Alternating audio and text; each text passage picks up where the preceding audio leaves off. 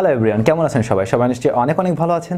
তো লাস্ট কিছুদিন আগে আমি আসলে দুইটা এয়ারপড বা এয়ার ডটের আসলে রিভিউ করেছিলাম। ওই এয়ারপড দুইটা ছিল হচ্ছে গিয়ে TWS i12 এবং TWS i11। তো আজকেও আমি TWS এর আরেকটি এয়ারপডের রিভিউ করতে যাচ্ছি, আর এই এয়ারপডটির মডেলটি হচ্ছে TWS i9s। i9sটা কিছুটা ওই দুটো এয়ারপডের থেকে আলাদা, অর্থাৎ এটাতে কিছুটা জিনিস নতুন পাচ্ছেন, আবার কিছুটা আগের মতোই। প্রথমে এই এয়ারপডটার আপনাদের কাছে যে জিনিসটা আলাদা বলে লক্ষণীয় হবে, এই এয়ারপডটির উপরে রাবারের সুন্দর একটি কেস দেওয়া হয়েছে, যার ফলে জিনিসটা খুবই গ্রিপি হয় এবং জিনিসটা হাতে ধরে রাখতেও বেশ দারুণ লাগবে এবং দেখতেও বেশ স্মার্ট লাগে। আর এছাড়া একটু প্রিমিয়াম কোয়ালিটি বলে আপনার কাছে মনে হবে। TWS এর এই ধরনের এয়ারপডগুলো কেমন হয়ে থাকে তা আপনারা অলরেডি জানেন। এর কোয়ালিটি যথেষ্ট ভালো রয়েছে। এছাড়াও আমরা এয়ারপডগুলো পেয়ে যাচ্ছি মাত্র 500 থেকে 700 টাকার ভিতরে, সুতরাং ওই দাম অনুযায়ী এটা অবশ্যই একটা ভালো মানের এয়ারপড হিসেবে বলা যায়। আর TWS এর এই i9s মডেলটি আপনারা কিনতে পারবেন বর্তমানে 600 টাকার বিনিময়ে, আর এটা পাওয়া যাবে আজকে আমাদের যারা আসলে এই ইউনিটটি স্পন্সর করেছে তাদের কাছে। আর আজকে আমাদের এই গ্যাজেটটি স্পন্সর করেছে অরিজিন গ্যাজেট বিডি, যাদের কাছে বর্তমানে 9s অ্যাভেলেবেল রয়েছে। আপনারা চাইলে তাদের সব থেকে এটা কালেক্ট করতে পারবেন। আমার ভিডিও ডেসক্রিপশনে তাদের দোকানের সমস্ত রকম তথ্যাদি দেওয়া থাকলো, ইভেন মোবাইল নাম্বারও রয়েছে। আপনারা সরাসরি তাদের সাথে যোগাযোগ করে এটা অনলাইনেও অর্ডার করতে পারবেন।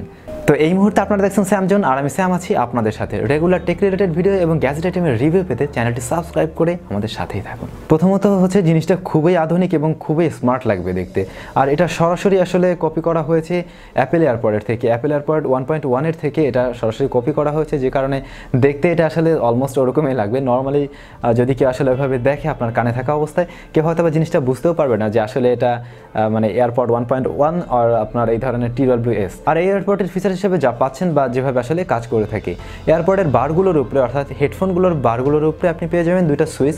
এখানে দুটো সুইচ রয়েছে। এর আগে আমরা i12 এবং i11 দেখেছিলাম, সেখানে টাচ সেন্সর ব্যবহার করা হয়েছে। তবে টাচ সেন্সরের থেকে আমার কাছে মনে হয়েছে এই ধরনের সুইচটাই ভালো। i11 এবং i12 আমি লক্ষ্য করেছি যে আমি কোনো কারণে আমি আমার হেডফোনটা জাস্ট আমি একটু ঘুরিয়ে পড়তে যাচ্ছি বা একটু ধরতে চাচ্ছি, সেই সময়টা তো দেখা যাচ্ছে টাচ লেগে আমার গানটা অফ হয়ে যাচ্ছে বা গান চেঞ্জ হয়ে যাচ্ছে, এই ধরনের একটা বিষয় থাকে। কিন্তু এর ধরনের সুইচিং সিস্টেম থাকার ফলে ওই ধরনের কোনো সমস্যা নাই।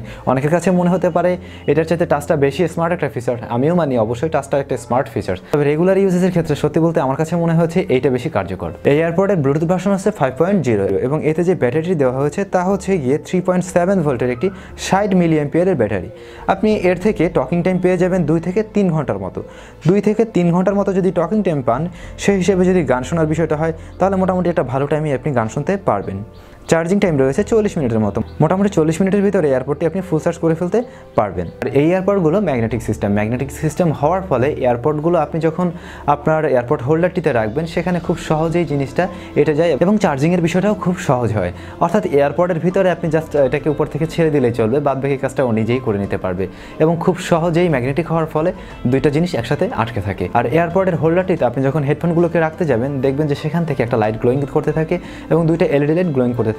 এর মানে হচ্ছে এয়ারপড দুটোকে চার্জ দেওয়া হচ্ছে এবং এটা চার্জিং মোডে রয়েছে। দেখা যাচ্ছে আপনি যখন বাইরে থাকবেন বা ট্রাভেলিং মোডে থাকবেন, আপনি আপনার এয়ারপড দুটোকে খুব সহজে চার্জ করে নিতে পারবেন এই হোল্ডারটির মাধ্যমে, এবং জিনিসটা খুবই হ্যান্ডি এবং সেই সাথে যেহেতু একটা রাবারের গ্রিপও আছে, এখন ওভারঅল দেখতেও বেশ ভালোই লাগছে। তবে রাবারের গ্রিপ হওয়ার ফলে খুব সহজে এটাতে ডাস্ট আটকে যায়। তো আসলে এর সাউন্ড কোয়ালিটি কেমন? প্রিভিয়াস যে আমি মডেল দুটোর কথা বললাম, i12 এবং i11, ওই দুইটা মডেলের সাউন্ড কোয়ালিটি মোটামুটি কাছাকাছি ছিল এবং এইটার সাউন্ড কোয়ালিটি ওই দুইটার চাইতে একেবারেই খারাপ মনে হয় না। আমার কাছে মনে হয়েছে মোটামুটি অবশ্যই i12 এর মতোই। i12 এর যে সাউন্ড কোয়ালিটি রয়েছে, এটার sound quality almost same. i12 এর মতো কোয়ালিটি আপনারা এই এয়ারপডটিতেও পেয়ে যাচ্ছেন। আর এই হেডফোন বার দুটো ততটা বেশি ভারী নয়, যার ফলে আপনি খুব সহজে আপনি আপনার কানের সাথে এটা আটকে রাখতে পারবেন এবং এটা এমনভাবে তৈরি করা হয়েছে যে কারো কানের সাথেই খুব সহজেই এটে যায় এবং এটা অতিরিক্ত ভারী না হওয়ার ফলে কানে কোনো ধরনের পেইন অনুভূত হবে না এবং এটা লং টাইম ধরে আপনি ব্যবহার করতে পারবেন। তবে অবশ্যই যেহেতু এটা একটা ছোট জিনিস, এটা কিন্তু পড়ে গেলে হারিয়ে যাওয়ার একটা পসিবিলিটি থাকে। সেই ক্ষেত্রে আপনি যখন বাইরে থাকবেন, সেই ক্ষেত্রে অবশ্যই একটু ওইভাবে ইউজ করা ভালো হবে, অর্থাৎ যাতে জিনিসটা নিচে না পড়ে যায় সেইভাবে একটু কেয়ারফুলি ইউজ করলে বেশি ভালো হবে। যারা চাচ্ছেন আসলে কম টাকার ভিতরে এই ধরনের একটা ট্রু ওয়্যারলেস হেডফোন কিনবেন, তারা চাইলে এটা দেখতে পারেন। TWS i9s মোটামুটি অবশ্যই আপনার ওই বাজেটের ভিতরে যথেষ্ট ভালো হবে। আর এটা কম টাকা কেনার জন্য আপনারা যে কাজটা করবেন, আমাদের যারা আজকে ভিডিওর স্পন্সর রয়েছে অর্থাৎ অরিজিন গ্যাজেট বিডি, তাদের সাথে কন্ট্যাক্ট করলে অবশ্যই এটা আপনারা কম টাকায় কিনতে পারবেন। তো সবাই অনেক অনেক ভালো থাকুন, সুস্থ থাকুন। আজকের ভিডিও এই পর্যন্তই, দেখা হবে পরবর্তী ভিডিওতে।